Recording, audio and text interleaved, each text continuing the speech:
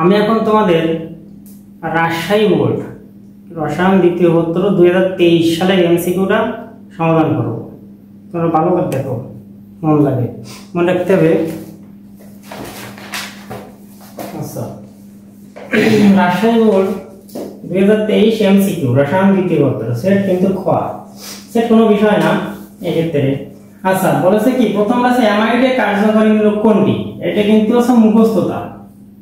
CONH আছে অ্যামাইডের কার্যকারীমূলক। এই কার্যকারীমূলকের shirt ধরে পুরো পড়তে হবে জৈব রসায়ন থেকে, ঠিক আছে?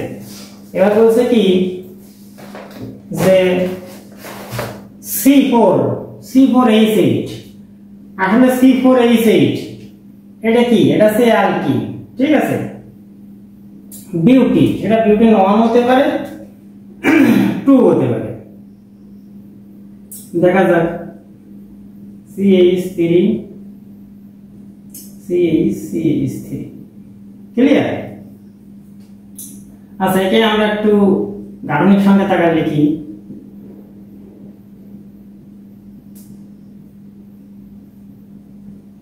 গাঠনিক সংখ্যা তাকায় লিখতে হবে, ঠিক আছে?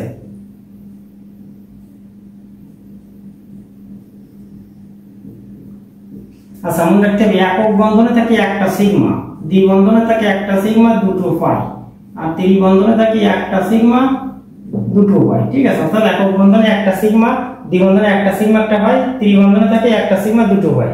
তাহলে আমার প্রতিটা একক বন্ধনে একটা সিগমা আছে, একটা দুটো তিনটে চারটে পাঁচটা ছয়টা সাতটা আটটা নয়টা 10টা 11টা। তাহলে সিগমা বন্ধনের সঙ্গে কয়টা হলো? 11টা। তাহলে অ্যানসার হবে 11। ক্লিয়ার? আচ্ছা, এইখানে বলেছে কি যে 500 মিলিলিটার এত এম সোডিয়াম কার্বনেট দ্রবণে কত গ্রাম সোডিয়াম কার্বনেট থাকে? তাহলে আমরা কত গ্রাম কি চাইছে? সেটা হচ্ছে ডব্লিউ। তাহলে আমরা জানি S = 1000 W/mv। তাহলে ডব্লিউ = কি হবে? SmV/1000।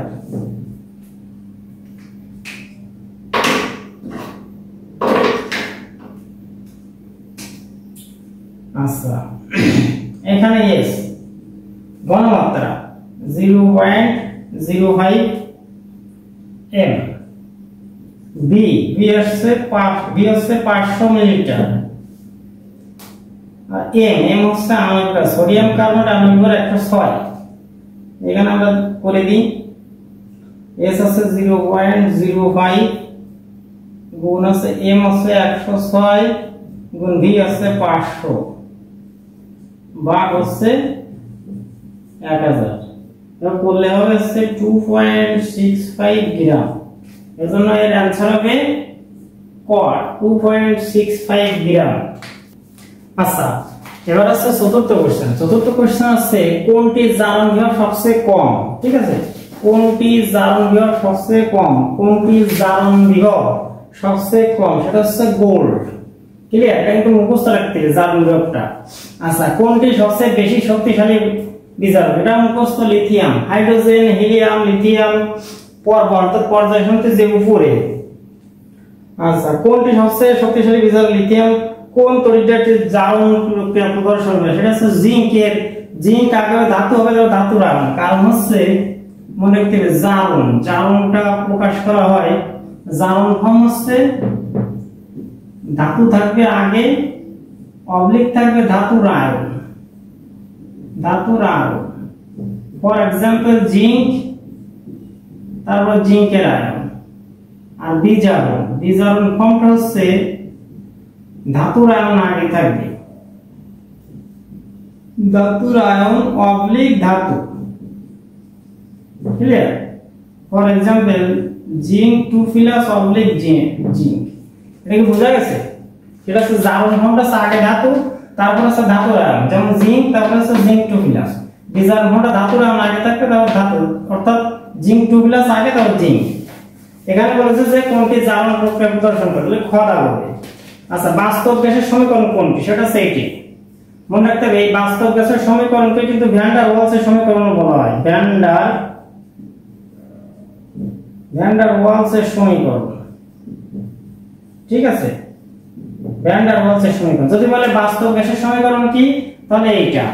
আর যদি বলে আদর্শ গ্যাসের সমীকরণ কি? তাহলে PV = nRT আর PV = RT। এটা কিন্তু আদর্শ গ্যাসের অবস্থার সমীকরণ। যখন n = 1 মোল বাতানো হয়, যখন n = 1 মোল বাতানো হয় তখন হচ্ছে এটা আদর্শ গ্যাসের অবস্থার সমীকরণ হয়। আর PV = nRT, এটা হচ্ছে আদর্শ গ্যাসের সমীকরণ।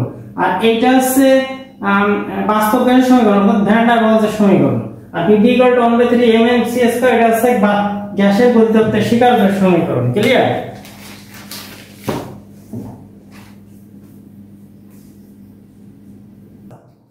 এবার আছে 8 নম্বর কোশ্চেন। দেখো 8 নম্বর কোশ্চেনে আছে বলেছে ASATP, ASATP তে 2 মোল অক্সিজেন গ্যাসের আয়তন কত? আচ্ছা মনে রাখতে হবে ASATP মানে standard ambient temperature and pressure, মানে STP না, কিন্তু মনে রাখতে হবে ASATP।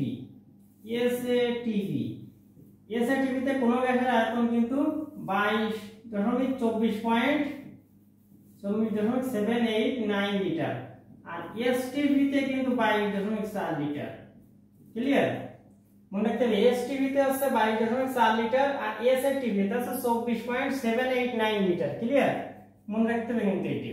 আচ্ছা আমাদের অঙ্কে বলছে কিন্তু যে ASATP, আচ্ছা 2 মোল অক্সিজেন, তাহলে আমরা জানি 1 মোল O2 = 24.789 লিটার। অতএব 2 মোল O2 = কত হবে? 24.789 গুণ 2, এত লিটার। গুণ করলে যেটা হবে হচ্ছে 49578 লিটার, অর্থাৎ গড় অ্যান্সার। ক্লিয়ার বিষয়টা? বুঝা গেছে? আচ্ছা এবার আছে একটা উদ্দীপক দেওয়া আছে, ঠিক আছে?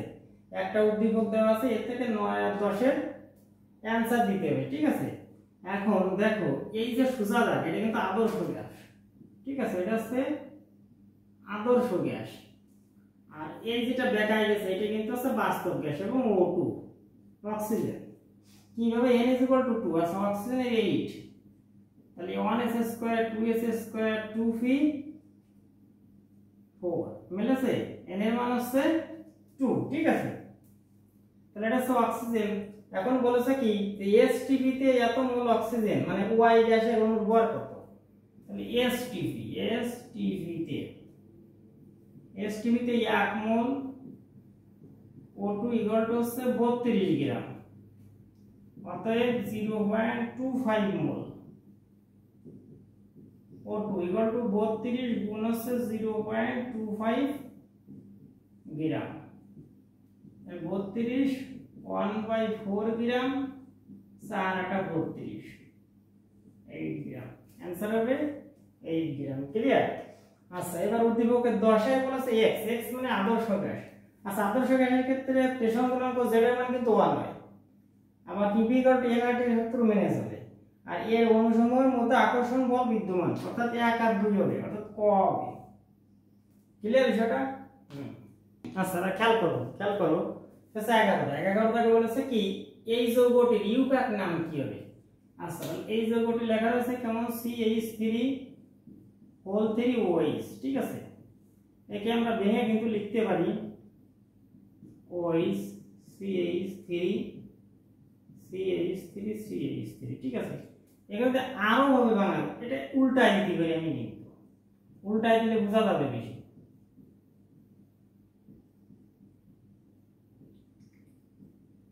ক্লিয়ার? এটা সরি। আচ্ছা আমরা কোন ফার্স্টে গণনা শুরু করব? যে পাইতে OH মূলকের দূরত্ব কম, যেহেতু এটা অ্যালকোহল, ঠিক আছে?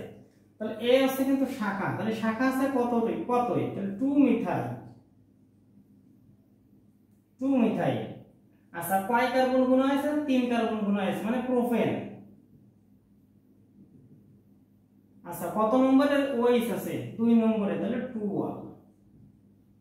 ক্লিয়ার বিষয়টা? অর্থাৎ হবে হচ্ছে অ্যানসার হবে এইটা। আচ্ছা মানে এটা কিন্তু আইসোবিউটাইল অ্যালকোহল লেখা যাবে, কারণ আছে 3টি আর আছে, কিন্তু আইসোবিউটাইল অ্যালকোহল মনে রাখতে ওটা কিন্তু জেনারেল পদ্ধতির নাম। আমাকে বলে দিচ্ছে এটা কিন্তু ইউপ্যাক পদ্ধতির নাম কি হবে, ঠিক আছে? ইউপ্যাকে আরো অনেকগুলো নামে লেখা যায়, ঠিক আছে? 2 মিথাইল, কয় কার্বন আছে? 3 কার্বন, তাহলে 3 কার্বন আছে প্রোপেন, তাহলে লিখবো প্রোপান 2, মানে 2 নম্বর 2 আছে, ঠিক আছে? বা 2 মিথাইল প্রথম সিলেবাল লিখবো প্রথমে প্রুফ টু ওয়াল তাও হবে ইউভাকে তিনটে নামে সম্ভব। আর এইটা কিন্তু এর জেনারেল সাধারণ পদ্ধতি না, আইসো কখন হয় যখন তার তিনটে আর থাকে। ঠিক আছে, বিষয়টা ক্লিয়ার? আচ্ছা দেখো এবার হচ্ছে 12টা বলেছে মিথাইল অরেঞ্জের বর্ণ পরিবর্তনের পিএইচ এর সীমা কোনটি। এটা কিন্তু মুখস্থতা। ঠিক আছে, এটা 3.2 থেকে 4.2। এখানে একটা জিনিস খেয়াল রাখতে হবে, মিথাইল অরেঞ্জের হচ্ছে পিএইচ এর সীমা মিথাইল অরেঞ্জ এটা হচ্ছে 3.1 থেকে কিন্তু 4.4। ক্লিয়ার? মিথাইল রেড এটা হচ্ছে কিন্তু 4.2 হতে 6.3। সবগুলো মনে রাখতে হবে। এইভাবে যদি একটা মুখস্থ রাখা তাহলে কিন্তু বাঁধবে না পরীক্ষার হলে ঠিক মতো। ঠিক আছে, আচ্ছা থাইমল ব্লু এটা হচ্ছে 1.2 হতে 9.8। ক্লিয়ার? আর হচ্ছে ফেনাপথলিন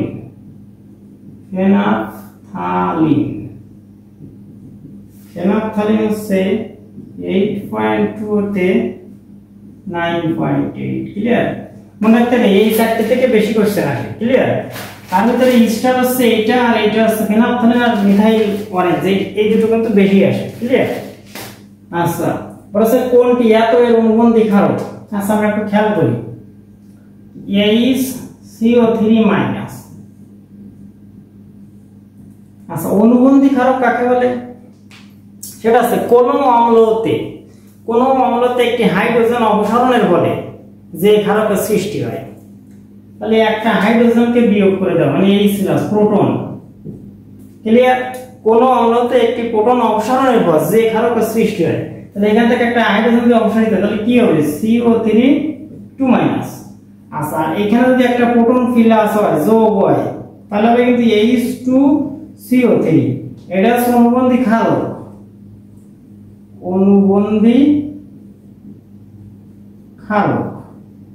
আর এটা হচ্ছে অনুবন্ধী অম্ল। ক্লিয়ার? অর্থাৎ এর থেকে একটা হাইড্রোজেন এর থেকে একটা প্রোটন অপসারিত হলে কার্বনেট হয়, এটা হচ্ছে অনুবন্ধী ক্ষারক হবে HCO3-। আর এর সঙ্গে একটা প্রোটন সংযোগের ফলে যে অম্লের সৃষ্টি হয় সেটা হচ্ছে অনুবন্ধী অম্ল। তাহলে এখানে আমার বলেছে কি যে কোনটি এত এর অনুবন্ধী ক্ষারক, তাহলে আমার অনুবন্ধী ক্ষারক হচ্ছে এটা, অর্থাৎ অ্যানসার হবে কিন্তু ঘ। ক্লিয়ার? অ্যানসার হবে ঘ। আচ্ছা কোন জারক পদার্থটি সর্বাধিক ইলেকট্রন গ্রহণ করে, সেটা হচ্ছে পটাশিয়াম ডাইক্রোমেট। মনে রাখতে হবে পটাশিয়াম ডাইক্রোমেটের ক্ষেত্রে 6 KMnO4 আপনি লিখে দিই।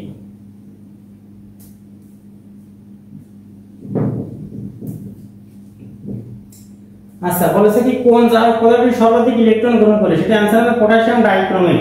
আপনি লিখে দিই, মনে রাখো, এটা মুখস্থ রাখলে চলবে। সাধারণ আয়ন ইলেকট্রন মুক্তি সমাধান থেকে আসছে, এর ক্ষেত্রে 6 KMnO4, এর ক্ষেত্রে 5 H2O2, এর ক্ষেত্রে কিন্তু 2। ক্লিয়ার? এজন্য 6 পটাশিয়াম ডাইক্রোমেটের ক্ষেত্রে আছে 6, আর এটা আছে 5, আর এটা আছে 2, আর এটাও 2। ঠিক আছে?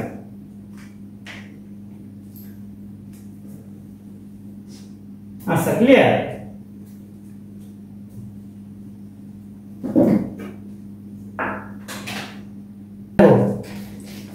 দেখো এখন আছে 15। ঠিক আছে, 15 বলছে কি যে সোডিয়াম থায়োসালফেটের সাথে আয়োডিনের বিক্রিয়াটিতে আচ্ছা আগে আমরা বিক্রিয়াটিতে দেওয়া থাকে।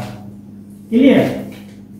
সেটা হচ্ছে Na2S2O3 প্লাস হচ্ছে I2 বিক্রিয়া করে Na2S4O6 প্লাস NaI2, আর এখানে হচ্ছে ক্লিয়ার? কোশ্চেনে কিন্তু এখানে 2 আছে, তা 2 কোনো ব্যাপার না, বিষয়টা হচ্ছে এখানে জার্মান কত। আচ্ছা আমরা দেখবো Na2S2O3 আচ্ছা ধরলাম x এর হচ্ছে জার্মান মান, s এর হচ্ছে জার্মান x, তাহলে সোডিয়ামের 1 1 প্লাস 2 s আছে তো 2x প্লাস অক্সিজেনের মাইনাস 2 3 ইকুয়াল টু 0, তাহলে 2x minus 6 plus 2 equal to 0, তাহলে 2x ইকুয়াল টু 4, তাহলে x ইকুয়াল টু কত প্লাস 2, এখানে কিন্তু জার্মান প্লাস 2, ক্লিয়ার বিষয়টা। আচ্ছা এবার Na2S4O6 এর ক্ষেত্রে জার্মানটা বের করে দেখা যাক। এটা আছে ধরলাম S এর হচ্ছে x জার্মান S এর হচ্ছে x, সালফারের হচ্ছে x, তাহলে সোডিয়ামের 1 গুণ 2 আছে, সালফার আছে 4টি, তাহলে 4x প্লাস অক্সিজেনের মাইনাস 2 আছে 6টা ইকুয়াল টু 0, 2 প্লাস 4x 6 দুগুণে 12 ইকুয়াল টু 0, তাহলে 4x ইকুয়াল টু কত 10, তাহলে x ইজ ইকুয়াল টু 10/4, তাহলে 5/2 মানে 2.5, এটা হচ্ছে প্লাস 2.5। তাহলে একটা জিনিস খেয়াল করো, এই ক্ষেত্রে কিন্তু জার্মান বৃদ্ধি পেয়েছে, তাহলে কোন বিক্রিয়ায় জার্মান বৃদ্ধি পায়, যে বিক্রিয়ায় জার্মান, এইটা কিন্তু জার্মান। আচ্ছা এইখানে আছে মৌল, তাহলে আছে 0 আর এখানে আছে -1, তাহলে জার্মান কমে গেছে, তাহলে এটা আছে বিজার্মান, ক্লিয়ার। এইবার আমরা চলে আসি এখানে, বলছে Na2S2O3 জারিত হয়েছে, কারণ এটা জার্মান বিক্রিয়া, তাহলে জার্মান বিক্রিয়া তো জারিত হবে, তাহলে এক হবে I2 বিজারিত হবে, আয়োডিনের ক্ষেত্রে বিজারণ হয়, তাহলে বিজারিত হবে। সালফারের জার্মান হ্রাস পেয়েছে না, সালফারের জন্য বৃদ্ধি পেয়েছে, তাহলে आंसर হবে 1 আর 2, অর্থাৎ ক হবে आंसर, ক্লিয়ার বিষয়টা। আচ্ছা এবার খেয়াল করো 16 সিলভার নাইট্রেটের একটি দ্রবণে 60 মিনিট 5 অ্যাম্পিয়ার বিদ্যুৎ চালনা করলে, কি বলছে সিলভার নাইট্রেটের দ্রবণে 60 মিনিট 5 অ্যাম্পিয়ার বিদ্যুৎ চালনা করলে ক্যাথোডে কি পরিমাণ সিলভার জমা হবে, তাই তো। আচ্ছা এখানে সংশ্লিষ্ট বিক্রিয়া silver plus plus electron plus silver, তাই ক্লিয়ার। আচ্ছা মনে রাখতে হবে এখানে z দেওয়া আছে, মনে রাখতে হবে z হচ্ছে পারমাণবিক ভর, পারমাণবিক ভর বাই হচ্ছে যোজ্যতা গুণ হচ্ছে 96500, ক্লিয়ার। এটা সব সময়, তাহলে পারমাণবিক ভর কত সিলভারের 107.86, যোজন 96500। দেখো এখানে আছে 60 মিনিট, তাহলে t ইকুয়াল টু আছে 60 মিনিট ইকুয়াল টু 60 গুণ 60 সেকেন্ড, ক্লিয়ার। আচ্ছা 5 অ্যাম্পিয়ার, I মানে হচ্ছে তড়িৎ প্রবাহ 5 অ্যাম্পিয়ার। তোমার বলেছে W equal to Z, W equal to what, তাহলে আমরা লিখতে পারি যে W equal to ZIT, Z এর মান ওইখানে আমরা পেয়ে গেছি,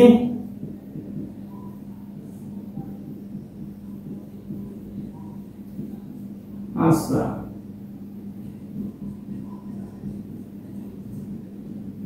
ঠিক আছে।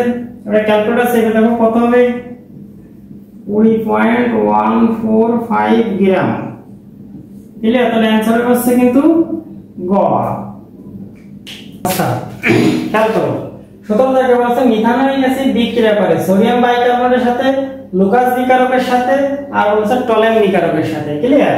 আচ্ছা আমরা একটু দেখি। আচ্ছা মিথানোয়িক অ্যাসিড,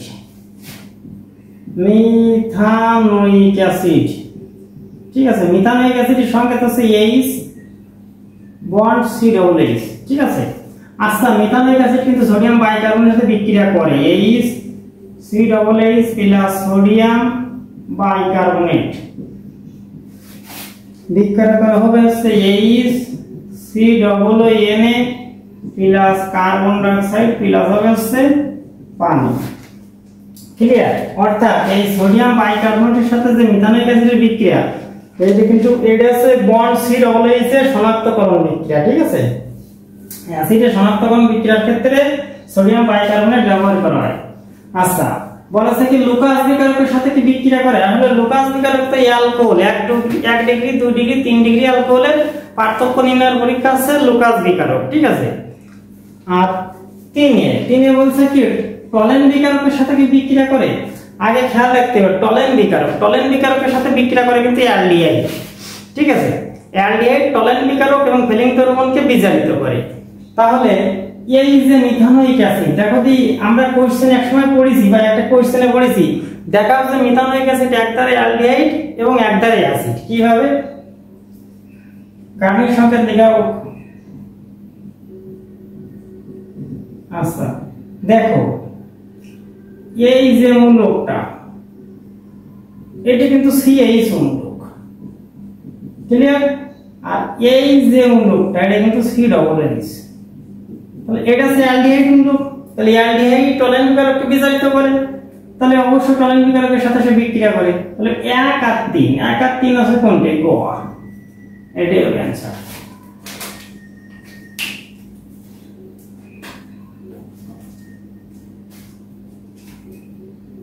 আচ্ছা এবার দেখো 18 কোনটির ব্যবহার সবচেয়ে বেশি। আসলে যার আণবিক ভর কম তার কিন্তু ব্যবহার বেশি, আর যার আণবিক ভর বেশি তার ব্যবহার কম। তাহলে আণবিক ভর আমরা হিসেব করি, বিউটেন C4H10, প্রোপেন C3H8, আর C2H6 আর CH4, ঠিক আছে।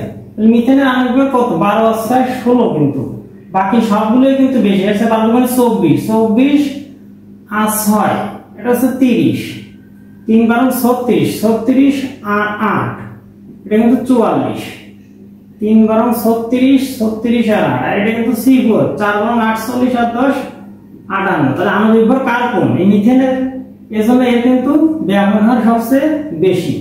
আচ্ছা ফিডেল-ক্রাফট অ্যালকাইনেশন বিক্রিয়া কোন ধরনের বিক্রিয়া। আচ্ছা আগে মনে রাখতে ফিডেল-ক্রাফট অ্যালকাইনেশন বিক্রিয়া কোনটি, সে হচ্ছে বেনজিনের সঙ্গে মিথাইল ক্লোরাইডের বিক্রিয়া। দ্বিতীয় অনাদ্র অ্যালুমিনিয়াম ক্লোরাইড বিক্রিয়া হচ্ছে টলুইন, ঠিক আছে, প্লাস HCl। একটা জিনিস খেয়াল করো, এই যে টলুইনের ক্ষেত্রে যে CH3টা এটা কিন্তু ইলেকট্রোফাইল,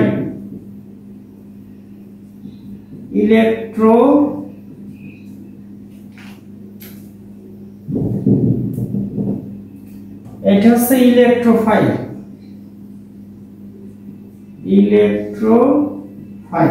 যদি ইলেকট্রোফাইল প্রতিস্থাপন হয় তাহলে হচ্ছে ইলেকট্রোফিলিক প্রতিস্থাপন বিক্রিয়া হবে।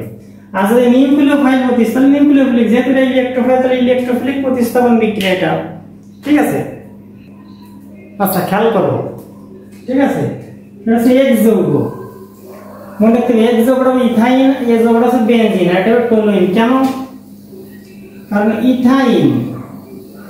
ইথাইনকে 450 ডিগ্রি সেন্টিগ্রেড তাপমাত্রা উত্তপ্ত করলে হবে হচ্ছে বেনজিন, ক্লিয়ার। এখানে 3 অণু হবে, আর এটা হচ্ছে টলুইন, এটা হচ্ছে ফিডেল-ক্রাফট অ্যালকাইনেশন বিক্রিয়া, ক্লিয়ার। একটু আগে যেটা করানো হয়েছে এটা হচ্ছে ফিডেল-ক্রাফট অ্যালকাইনেশন বিক্রিয়া, আর এটা হচ্ছে ইথাইন থেকে, ঠিক আছে। তাহলে এটা হচ্ছে ইথাইন, এই যৌগটি হচ্ছে বেনজিন, আর বি যৌগটি হচ্ছে টলুইন, ক্লিয়ার। এখন 20 থেকে বলেছে X যৌগের ক্ষেত্রে, X মানে ইথাইন, বলেছে মৃদু অম্লধর্মী। আমরা কোশ্চেনে খদাকে কোশ্চেনেই পড়ছি যে ইথাইন মৃদু অম্লধর্মী ব্যাখ্যা করো, ইথাইন মৃদু অম্লধর্মী ব্যাখ্যা করো। তাহলে এটা সঠিক, বলেছে অনুষ্ঠিত প্রত্যেকটি কার্বন পরমাণুর sp সংকরিত। আচ্ছা ত্রিবন্ধন আছে, তাহলে কি সংকরিত হবে, sp সংকরণ। আচ্ছা পলিমারকরণ বিক্রিয়াতে, যেহেতু এটা আছে অসম্পৃক্ত যৌগ সেহেতু এটা কি অবশ্যই পলিমারকরণ বিক্রিয়া দেবে। তাহলে অ্যানসার হবে ঘ, মানে 1ও ঠিক 2ও ঠিক 3ও ঠিক, অর্থাৎ ঘ অ্যানসার। আচ্ছা এবার বলেছে উদ্দীপক অনুসারে এ যৌগটি, এ মানে বেনজিন, বেনজিন যৌগটা হচ্ছে অ্যারোমেটিক যৌগ, ঠিক আছে। বি যৌগটি অ্যালিফেটিক যৌগ, বি মানে হচ্ছে টলুইন, এটা কিন্তু ঠিক নেই। আর বি যৌগে প্রতিস্থাপক অর্থোপেরা, আসলে অর্থোপেরা মানে কি, এইটা হচ্ছে প্যারা পজিশন, তাই না। তাহলে এখানে CH3 না, ঠিক আছে, তাহলে এটা হচ্ছে কি হবে অর্থোগোনাল সোজা কথা হচ্ছে 1 আর 3 1 আর 3 অর্থাৎ গ হবে आंसर। ক্লিয়ার বিষয়টা?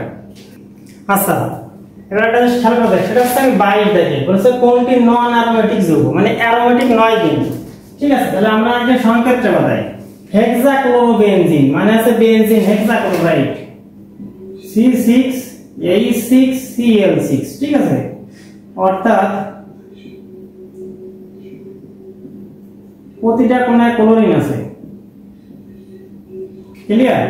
Cyclohexane C6H6। ক্লিয়ার বিষয়টা? আর এটা হচ্ছে পিরিডিন, আর এটা হচ্ছে কার্বলিক অ্যাসিড। কার্বলিক অ্যাসিড কাকে বলে? ফেনলের অপর নাম কার্বলিক অ্যাসিড।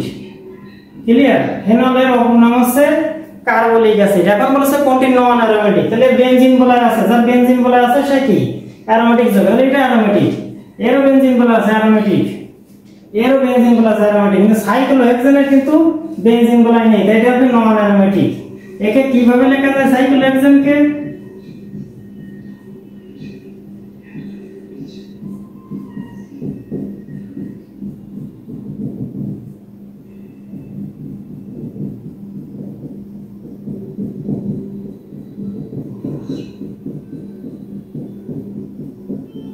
ক্লিয়ার? এর কিন্তু পাই ইলেকট্রনের ভিতরে গোল চিহ্ন কিন্তু নেই, দ্বিবন্ধন আছে, এজন্য আছে এটা নন অ্যারোমেটিক।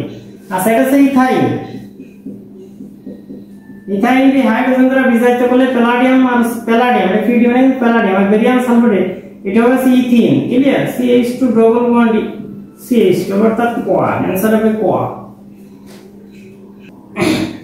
আচ্ছা দেখো এবার 24 টাকা বলেছে কি যে 20 ও 30 মোল সংখ্যা বিশিষ্ট যথাক্রমে A ও B গ্যাস মিশ্রণের মোট চাপ আছে 12 অ্যাটমোস্ফিয়ার, তাহলে A গ্যাসের আংশিক চাপ কত? ঠিক আছে, আচ্ছা আমরা জানি আংশিক চাপ পার্শিয়াল প্রেসার অফ A কি বলেছে? A গ্যাসের আংশিক চাপ মনে রাখতে হবে, ইকুয়াল হচ্ছে মোল ভগ্নাংশ গুণ হচ্ছে মোট চাপ। তাহলে মোল ভগ্নাংশ কাকে? মোল x এ, তাহলে Na প্লাস Nb গুণ হচ্ছে মোট চাপ।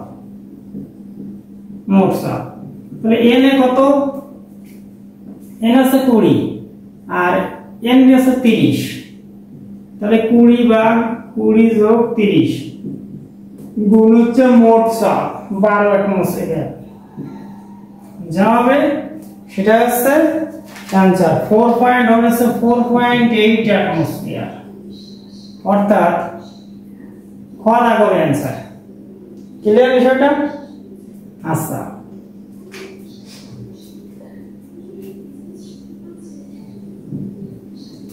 এবার বলেছে কি যে এক মোল গ্যাসের গতিশক্তির সমীকরণ কোনটি? আচ্ছা গতিশক্তির সমীকরণ